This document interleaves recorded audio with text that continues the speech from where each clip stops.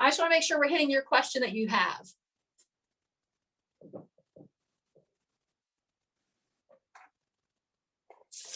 Where's Amanda? I'm just not sure. I'm not sure. Just explain again. Okay. Do you want me to explain the difference between neutralizing and making it brown? How about we do this? Let's neutralize green and then let's make the green a brown. Is that okay with you guys? Neutralize versus making it brown? Yes. Okay, perfect. All right. So let's say I have green in the hair. Let's make it neutral. Like let's bring it to the center of the wheel where it doesn't reflect warm or cool. Okay. So green is, we know it's B and a Y, don't we? Right?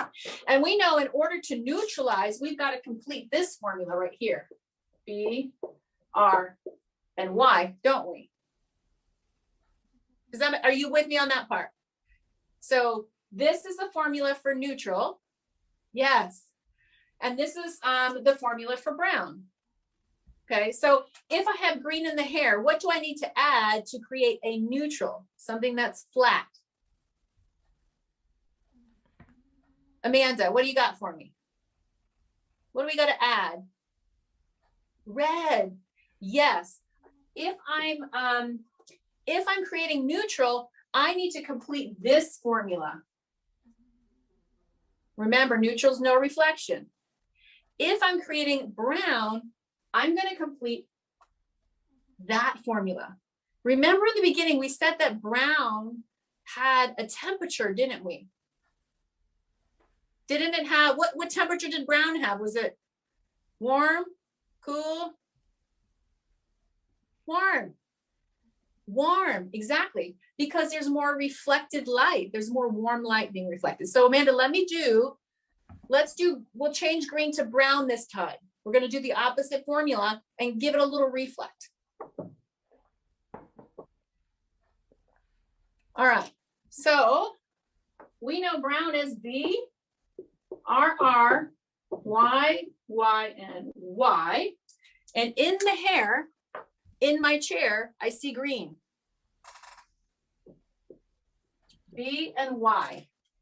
Is everybody with me? Green is a B and a Y. Does everybody feel good with that? So what I'm going to do is I say, I have green in the chair. What's missing that will create this, that will fulfill that formula? So here's what I do. I go, okay, I already have the blue in the chair. So I don't need to add blue. I already have a yellow in the hair in the chair. I don't need to add that. Is everybody with me on that? Okay. What I'm looking for is what is missing. I'm going to circle what's missing. I have 2 R's and 2 Y's. You can view it in one of 2 ways. I'm going to need to add, this is what I'm going to add to the hair in my chair. I'm going to say 2 R's and 2 Y's. I can view it as adding a yellow copper or an orange to the hair. Does that make sense, Amanda? Tell me in the chat box. I want to make sure you got it. Does it help to go over the difference between the two? Good. Remember, if I'm making something natural brown, I'm keeping it slightly warm. If I'm making something neutral, I'm flattening it out. Why would I neutralize versus going natural brown? If I have a fashion tone in my hair, like green or blue or pink, my final goal, is my final goal to be on the cold side? If so, I'm going to make it neutral. So much easier to make it cool, isn't it, when you're at neutral? If I want the hair to stay warm, would I choose neutral or would I choose a natural brown? Natural brown.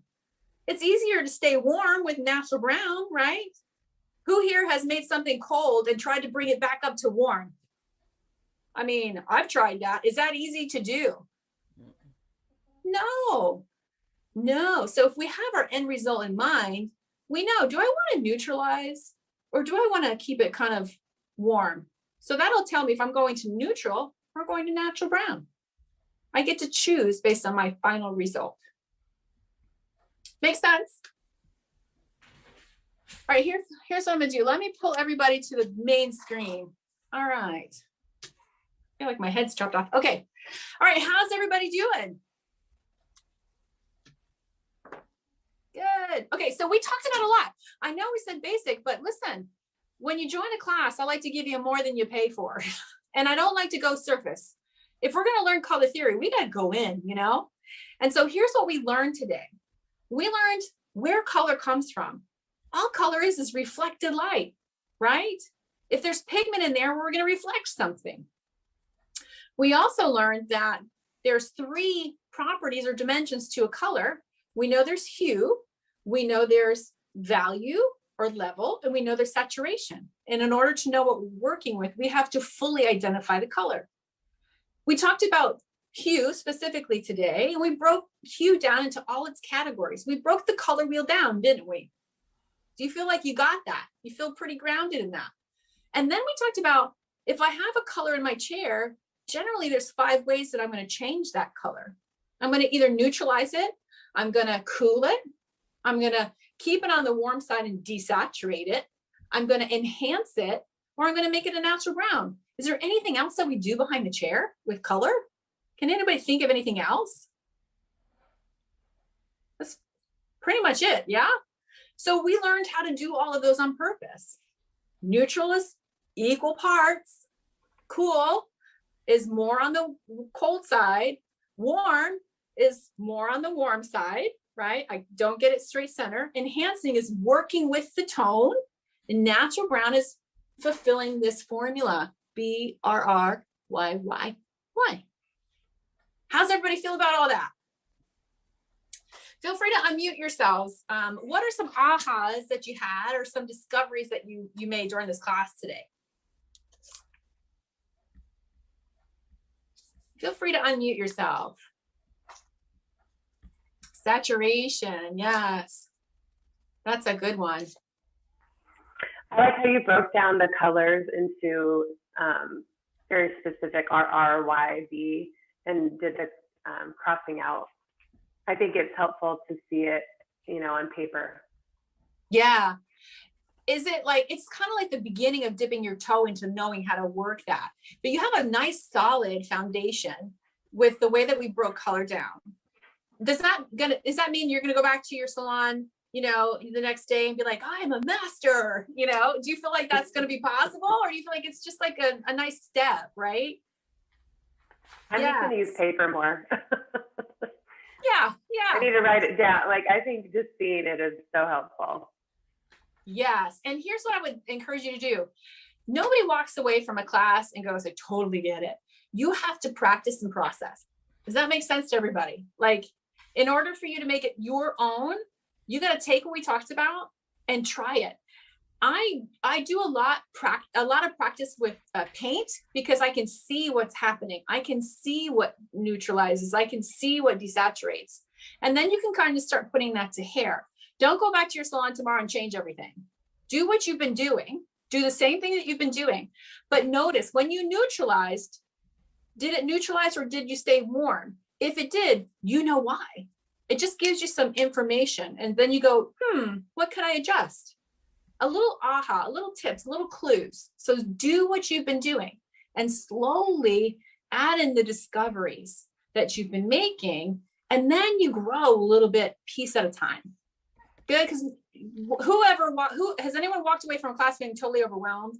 Like, oh my God, I haven't been doing anything right. You know, has anybody ever felt that way? Because I have certainly felt that way. Yeah, today is not about that. It's about do what you know and just add little things to it. You just got a nice new foundation, and hopefully that will help you with your discoveries. Good. Do you paint with hair color or paint? So in the beginning, as you're learning how to move and change color, I do paint. And then you have to understand how you do it with hair color, because hair color is chemical, paint is paint. And those are different things. And so you guys are doing hair color and doing an amazing job without any of the information you got today, are you not? Yeah, I'd say you're pretty amazing colorists, right?